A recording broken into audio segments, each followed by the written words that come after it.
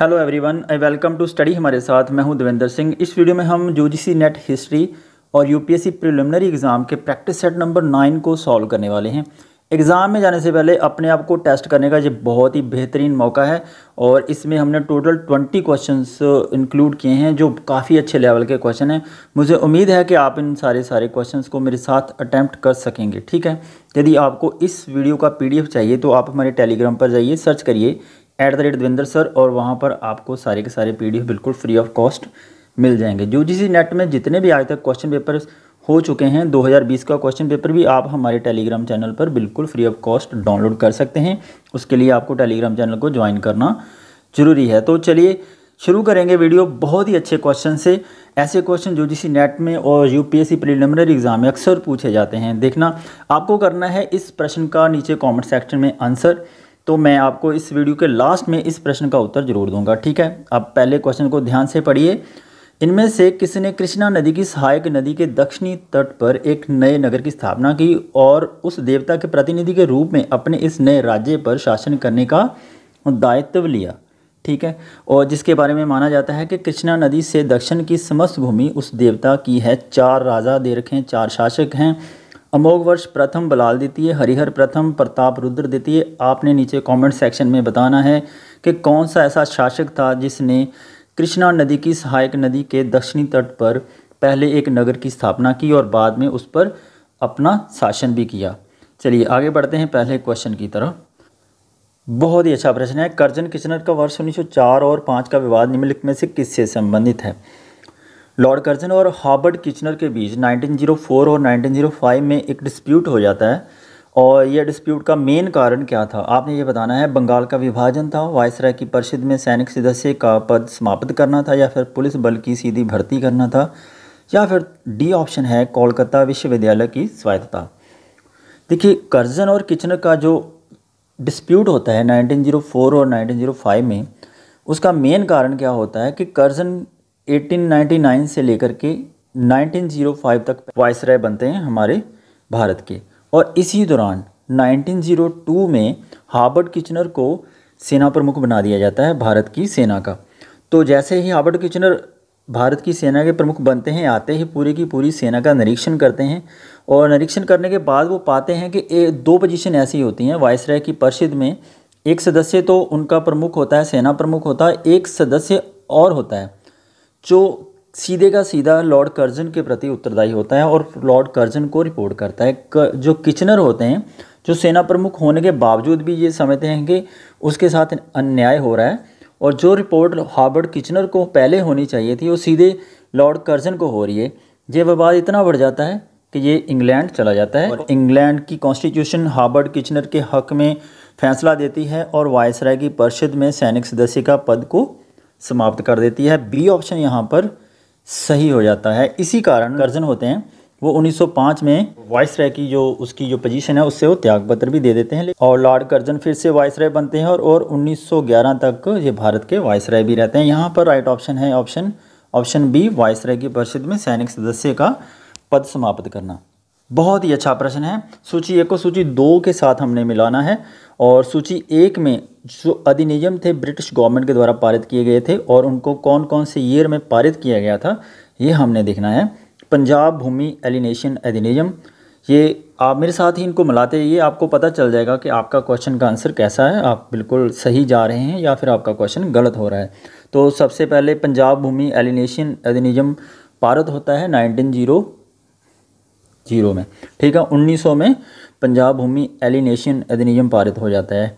उसके बाद केंद्रीय प्रांत भूमि एलिनेशन अधिनियम पारित होता है 1904 ईस्वी में। ठीक है, और उत्तर पश्चिमी प्रांतीय भूमि एलिनेशन अधिनियम पारित होता है 1916 ईस्वी में। और उसके बाद दक्कन कृषि राहत अधिनियम पारित होता है 1879 में। तो कूट में जाकर यदि हम इस प्रश्न का आंसर देखेंगे तो आपको मिलेगा A का 1, B का 3, C का 4, D का 2। राइट ऑप्शन होगा यहाँ पर ऑप्शन A। बहुत ही अच्छा प्रश्न है। आपने इस प्रश्न में बताना है कि ऐसा कौन सा शासक था, ऐसा कौन सा राजा था जिसे भारी कुशासन के कारण 1875 में उसको उसके पद से ही हटा दिया गया था। गंगा सिंह बीकानेर, भूपेंद्र नाथ सिंह पटियाला, कृष्णा राजा वाडियार मैसूर के, या फिर मल्हार राव गायकवाड़ बड़ौदा के। ये सारी की सारी रियासतें हैं, बीकानेर की रियासत, पटियाला की, मैसूर की, बड़ौदा की, ये हटा दिया गया था मल्हार राव गायकवाड़ जो बड़ौदा के शासक थे। ठीक है, बहुत ही अच्छा प्रश्न है। मद्रास से प्रकाशित किए गए प्रथम अंग्रेजी संध्या दैनिक समाचार पत्र का नाम क्या था? Madras mail, Madras Chronicle, Madras Herald, the Madras Standards. आपने ये बताना है कि ऐसा कौन सा इंग्लिश का संध्या दैनिक समाचार पत्र था जो मद्रास से प्रकाशित किया जाता था। ठीक है, इसका नाम था, राइट ऑप्शन है यहाँ पर option A, the Madras mail. Madras mail ही एक ऐसा प्रथम अंग्रेजी संध्या दैनिक समाचार पत्र था जिसको संपादन करने वाले कौन थे? Robert night. ये भी आपने याद रखना, रॉबर्ट नाइट, इन्होंने इसको संपादन किया था। राइट ऑप्शन है यहाँ पर ऑप्शन ए। बहुत ही अच्छी स्टेटमेंट है। अक्सर एग्ज़ाम में हम जब जाते हैं, चाहे आप यूपीएससी की तैयारी कर रहे हैं या फिर आप यूजीसी नेट की तैयारी कर रहे हैं, तो ऐसे क्वेश्चंस बार बार पूछे जाते हैं। यूपीएससी और यूजीसी नेट के ये फेवरेट क्वेश्चंस माने जाते हैं। यह ना भूलें कि निम्न वर्गों, उपेक्षितों, गरीबों, अशिक्षितों, मोची, सफाईकर्मी में से आपकी भांति रकत और मांस है, वे आपके भाई हैं। ये शब्द किसने कहे थे? ऑप्शंस हैं ज्योतिबा फुले, महात्मा गांधी, BR अम्बेडकर या फिर स्वामी विवेकानंद।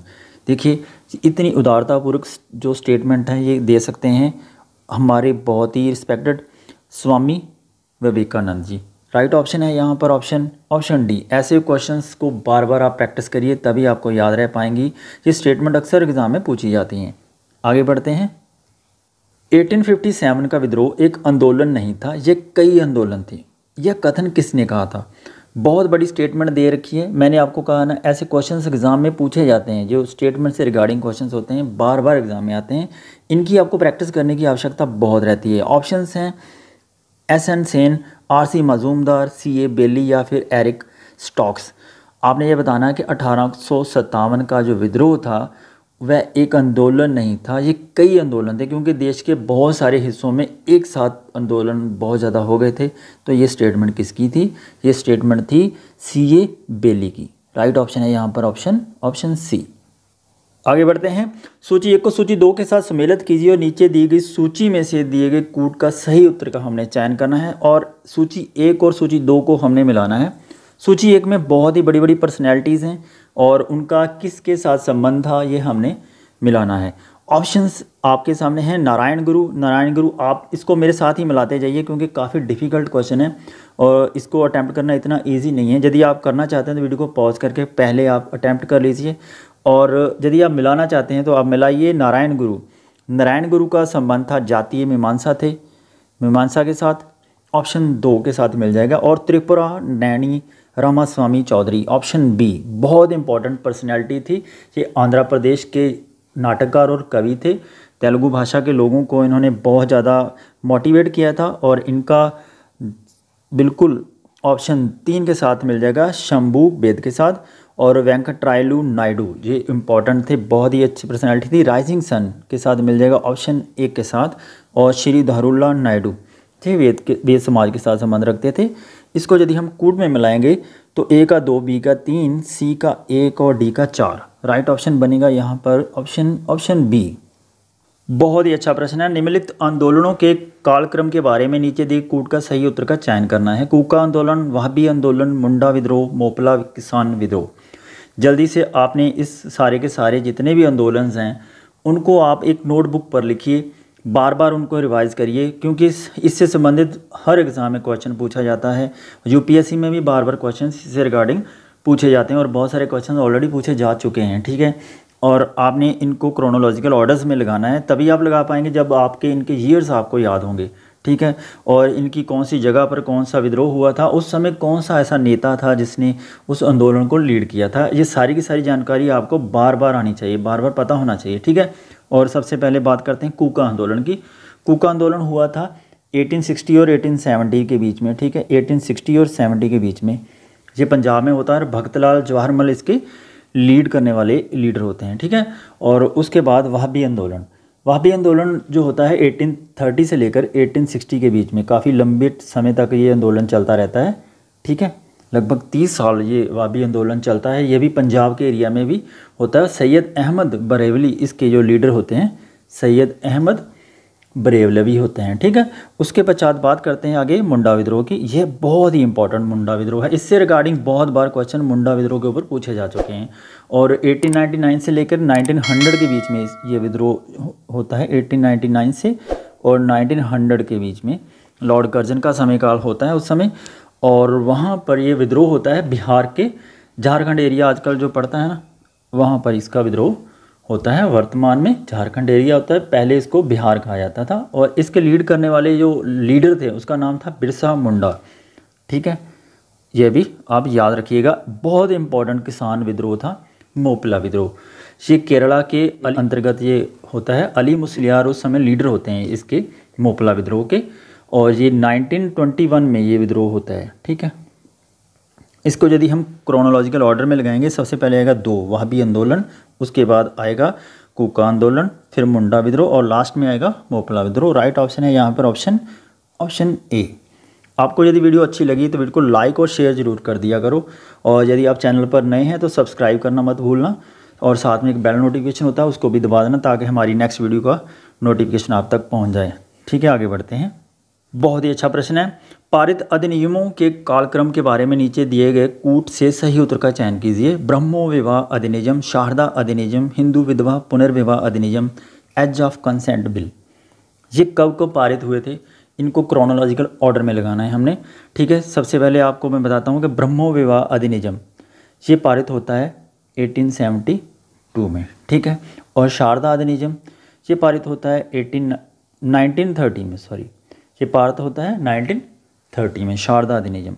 और हिंदू विधवा पुनर्विवाह अधिनियम कब पारित होता है, 1856 में, सबसे पहले यही होता है, ठीक है।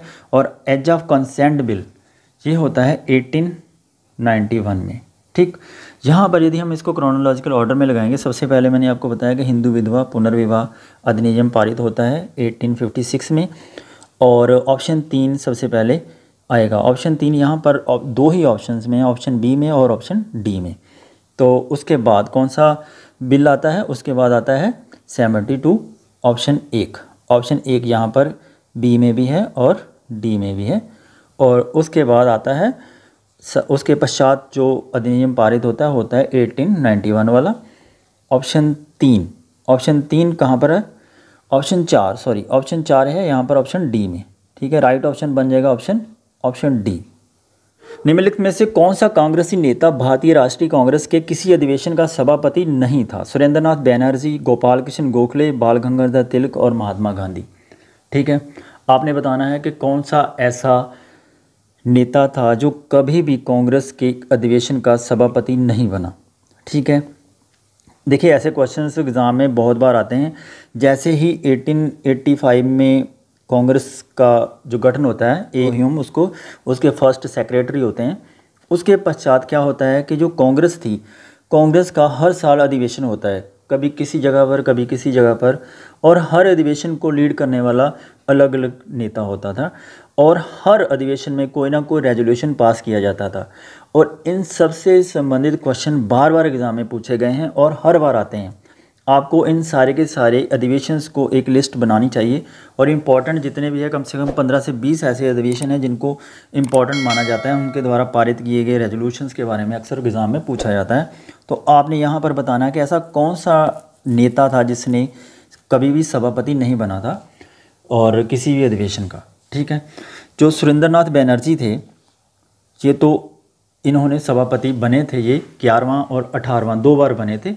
जो 11वां अधिवेशन होता है दिसंबर 1895 में जो अधिवेशन होता है पूना में, ठीक है, वहाँ पर 6 अध्यक्षता करते हैं। और उसके पश्चात 18वां जो होता है 18th, जो पहले 11th होता है उसमें अध्यक्षता करते हैं, उसके बाद 18th पे भी ये अध्यक्षता करते हैं।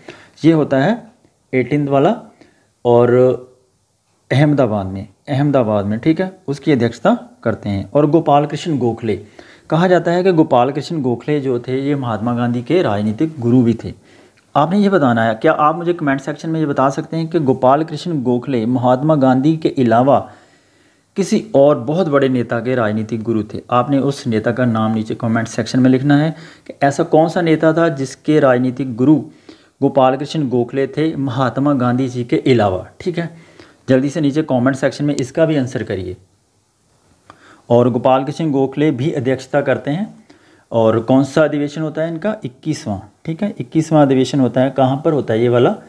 ये होता है वाराणसी में। ठीक है, ये 1905 में होता है, 1905 में जब वाराणसी में ये अधिवेशन होता है, वहाँ पर गोपाल कृष्ण गोखले भी अध्यक्षता करते हैं और महात्मा गांधी को भी अध्यक्षता करने का मौका मिलता है 1924 में। और बेलगांव जगह है। ये 40वां अधिवेशन होता है। ठीक है, 40th अधिवेशन था जिसको ये अध्यक्षता करते हैं। और जिनको अध्यक्षता करने का मौका नहीं मिलता है वो होते हैं बाल गंगाधर तिलक। ठीक है, राइट ऑप्शन है यहाँ पर ऑप्शन सी। निम्नलिखित स्थानों में से वर्ष 1906 में किस स्थान पर प्रथम स्वदेशी डकैती या फिर लूट हुई थी? ऑप्शंस हैं मणिकलता, बी ऑप्शन है रंगापुर, ऑप्शन सी है मुजफ्फरपुर, ऑप्शन डी है मिदनापुर। ऐसा कौन सा जगह था यहाँ पर सबसे पहले 1906 में स्वदेशी डकैती या फिर लूट हुई थी? राइट ऑप्शन है यहाँ पर ऑप्शन बी रंगापुर। रंगापुर में 1906 में डकैती होती है। ये काफ़ी इंपॉर्टेंट है, एग्ज़ाम में बहुत बार ये प्रश्न पूछा जा चुका है। बहुत ही अच्छा प्रश्न है, बहुत इंपॉर्टेंट। धर्म सुधार आंदोलन का मॉर्निंग स्टार किसे कहा जाता है? मार्टिन लूथर को, जॉन कैवलियन को, जिंगली को, जॉन विक्लाफ को? आपने जल्दी से बताना है कि मार्टिन लूथर को, जॉन कैवलियन को, जिंगली को या फिर जॉन विक्लाफ को, इनमें से किसको मॉर्निंग स्टार कहा जाता है धर्म सुधार आंदोलन का? राइट ऑप्शन है यहाँ पर ऑप्शन डी। बिल्कुल सही सोचा आपने, जॉन विक्लाफ को मॉर्निंग स्टार कहा जाता है धर्म सुधार आंदोलन का। आगे बढ़ते हैं। बहुत इंपॉर्टेंट प्रश्न, वेरी इंपॉर्टेंट, बार बार एग्जाम में ये प्रश्न पूछा जा चुका है कि कोल्ड वार शब्द का प्रयोग सबसे पहले किसने किया था? विंसेंट चर्चिल ने, बर्नार्ड ब्राउच ने, मार्शल ने या फिर स्ट्रैचमैन ने? ठीक है, जल्दी से आपने इसका प्रश्न का उत्तर भी देना है। कोल्ड वार शब्द का प्रयोग सबसे पहले किसने किया था? देखिए, जब सेकंड वर्ल्ड वार ख़त्म होती है उसके पश्चात कोल्ड वार शुरू हो जाती है। ये कोल्ड वार का शब्द का प्रयोग सबसे पहले करते हैं ऑप्शन ए विंसेंट चर्चिल। ठीक है। शुद्ध रक्त आर्य सिद्धांत इंपॉर्टेंट टर्म है, निम्नलिखित में से किससे संबंधित है? फांसीवाद से, शून्यवाद से, सिंडिकोलिज्म से या फिर नाजीवाद से? शुद्ध रक्त आर्य सिद्धांत संबंध रखती है ऑप्शन डी नाजीवाद से संबंध रखती है शुद्ध रक्त आर्य सिद्धांत। राइट ऑप्शन है यहाँ पर ऑप्शन डी। साउथ अफ्रीका के बहुत ही बड़े लीडर रहे हैं नेल्सन मंडेला। ठीक है, जब नेल्सन मंडेला को जेल हो जाती है, 26 वर्ष जेल में रहते हैं ये, ठीक है, और 1990 में ये रिहा हो जाते हैं। जैसे ही रिहा होते हैं, रिहा होने के बाद अपने देश पर इनको एक पोजीशन मिलती है। कौन सी पोजीशन मिलती है, कौन से पद पर ये थे जब ये रिहा होते हैं? और सबसे पहले ऑप्शंस हैं, प्रेसिडेंट बनते हैं, वाइस प्रेसिडेंट थे, और उसके बाद सेक्रेटरी बनाया जाता है या फिर एडवाइज़र। ठीक है, राइट ऑप्शन है यहाँ पर option B vice president. Nelson Mandela को वाइस प्रेसिडेंट बनाया जाता है जब 1990 में जब रिहा होते हैं 26 वर्ष जेल में रहने के बाद। वर्ल्ड हिस्ट्री से बहुत ही इंपॉर्टेंट प्रश्न है, मार्शल योजना क्या थी? हैं आपके सैनिक शक्ति द्वारा यूरोपीय शक्ति पर नियंत्रण करना। ऑप्शन बी है यूरोप पर अमेरिकी तानाशाही का प्रभाव। ऑप्शन सी है साम्यवाद को नियंत्रित करने के लिए अमेरिका का आर्थिक पैकेज, या फिर ऑप्शन डी है अमेरिकी महाद्वीप केवल अमेरिकियों के लिए हैं। मार्शल योजना का मेन काम था साम्यवाद को नियंत्रित करने के लिए अमेरिका का आर्थिक पैकेज। राइट ऑप्शन है यहाँ पर ऑप्शन सी। 17 क्वेश्चन है, बहुत इंपॉर्टेंट प्रश्न है, वेवल योजना का ठोस परिणाम क्या था? यहाँ पर वेवल योजना को क्वेश्चन अक्सर हम जब पढ़ते हैं ना, तो क्वेश्चन को आप मिसरीड मत करिए, थोड़ा सा पेशेंसली पढ़िए और ध्यान से पढ़िए। यहाँ पर वेवल योजना के बारे में पूछा गया है कि वेवल योजना का परिणाम क्या था, उसका रिजल्ट क्या निकला था। कई बार क्या होता है कि हम जल्दी में वेवल योजना पढ़ ली, उसके बाद ऑप्शंस देखें, ऑप्शंस में 2-3 ऑप्शंस मिलते होते हैं। लगभग ऐसा ही होता है कि जब भी यूपीएससी में या फिर यूजीसी नेट में क्वेश्चन पूछे जाते हैं, इसके सारे के सारे ऑप्शंस बिल्कुल सिमिलर होते हैं, थोड़ा बहुत फ़र्क होता है। ऑप्शंस है यहाँ पर संविधान सभा का गठन, धीरे धीरे भारत का पूर्ण स्वतंत्रता, या फिर उत्तर पश्चिम प्रांत में जनमत संग्रह कराना। ऑप्शन डी है अमेरिकी महाद्वीप केवल अमेरिकों के लिए हैं। आपने ये बताना है कि वेवल योजना का कौन सा ऑप्शन सही होगा। सही उत्तर है यहाँ पर ऑप्शन ए संविधान सभा का गठन, क्योंकि उनका परिणाम यही निकला था कि संविधान सभा का गठन फाइनलाइज हो गया था कि वही किया जाएगा। ठीक है, आगे बढ़ते हैं। भर्ती और चयन की विधि के मुद्दे पर विचार करने के लिए वर्ष 1974 में संघ लोक सेवा आयोग द्वारा निम्नलिखित में से कौन सी समिति नियुक्त की गई थी? भगवती समिति, DS कोठारी समिति, ADA गोरवाला समिति या फिर संथानम समिति? बहुत ही इंपॉर्टेंट प्रश्न है। सही उत्तर है भर्ती और चयन की विधि के मुद्दे पर विचार करने के लिए जो समिति बनाई गई थी उसका नाम था DS कोठारी समिति। राइट ऑप्शन है यहाँ पर ऑप्शन बी। निम्नलिखित में से किसने स्पष्टता से कहा है कि इतिहास के समस्त निष्कर्ष युक्ति संगत साक्ष्यों पर आधारित होते हैं? देखिए ये वाले जो क्वेश्चन है ना, ये UGC नेट में बार बार पूछे जाते हैं और ऐसे क्वेश्चंस को करने के लिए आपको केवल एक ही चीज़ का ध्यान रखना है कि बार बार इन क्वेश्चंस को आपने अटैम्प्ट करना है। जितनी बार अटैम्प्ट करोगे आपको उतनी बार ही इसका आंसर आसानी से मिलेगा। यदि आपने इनको प्रैक्टिस नहीं किया तो मुझे लगता है कि ऐसे क्वेश्चन अक्सर गलत हो जाते हैं। ठीक है, और ये जो स्टेटमेंट दी थी ये दी थी थ्यूसाइडाइज ने। राइट ऑप्शन है यहाँ पर ऑप्शन बी। बहुत ही अच्छा प्रश्न है। निम्नलिखित कृतियों में से कौन सी कृति के लेखक लियोपोल्ड वॉन रांके नहीं थे? जब भी क्वेश्चन में नहीं आ जाए इसको तो जरूर अंडरलाइन करिए क्योंकि यहाँ से गलती होने की संभावना बहुत ज़्यादा होती है। ऑप्शंस हैं history of Rome, history of France, history of popes. Option D है German history at the time of reformation. आपने ये बताना है कि इनमें से कौन सी बुक को वॉन रांके के द्वारा नहीं लिखी गई थी। ठीक है, हिस्ट्री ऑफ फ्रांस लिखी थी वॉन रांके ने और हिस्ट्री ऑफ पॉप्स भी उनके द्वारा लिखी गई थी और German history at the time of reformation ये भी उनके द्वारा लिखी गई थी। जो बुक नहीं लिखी थी वो लिखी थी हिस्ट्री ऑफ रोम, ये लियोपोल्ड वॉन रांके के द्वारा नहीं लिखी गई थी। बुक किसने लिखी थी आपको पता होना चाहिए क्योंकि बुक्स के ऊपर अक्सर क्वेश्चन आते हैं। बहुत सारी बुक्स के ऊपर क्वेश्चंस एग्ज़ाम में बार बार पूछे जा चुके हैं। ठीक है, ये लिखी थी थियोडोर मॉमसेन ने। आपने याद रखना है थियोडोर मॉमसेन ने ये बुक लिखी थी। ठीक है, यहाँ पर राइट ऑप्शन है ऑप्शन ए। वापस आते हैं अपने उस क्वेश्चन पर जो मैंने आपको वीडियो के शुरू में पूछा था। इनमें से किसने कृष्णा नदी की सहायक नदी के दक्षिणी तट पर एक नगर की स्थापना की थी और उस देवता के प्रतिनिधि के रूप में अपने इस नए राज्य पर शासन भी किया?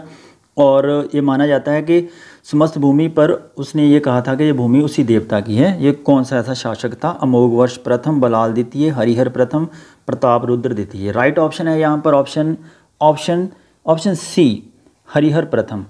विजयनगर की स्थापना की थी हरिहर प्रथम और बुक्का ने। आपको ये पता होना चाहिए, आपने इसके बारे में ज़रूर पढ़ना है। राइट ऑप्शन है यहाँ पर ऑप्शन सी। विजयनगर के ऊपर अक्सर एग्ज़ाम में 1 से 2 क्वेश्चन हर बार आते हैं, हर एग्ज़ाम में आते हैं, UPSC में और UGC नेट में। ठीक है, आपने विजयनगर के बारे में पढ़ के जाना है, इसीलिए मैं कहता हूँ कि ये क्वेश्चन बहुत इंपॉर्टेंट होते हैं। ठीक है, वीडियो आपको अच्छी लगी है तो बिल्कुल लाइक और शेयर ज़रूर कर दिया करो, उससे मुझे मोटिवेशन मिलता है और दूसरों को फ़ायदा हो जाएगा। ठीक है, आपको यदि इसका PDF चाहिए तो आप हमारे टेलीग्राम पर जा कर के डाउनलोड कर सकते हैं। Thank you so much, have a nice and wonderful day.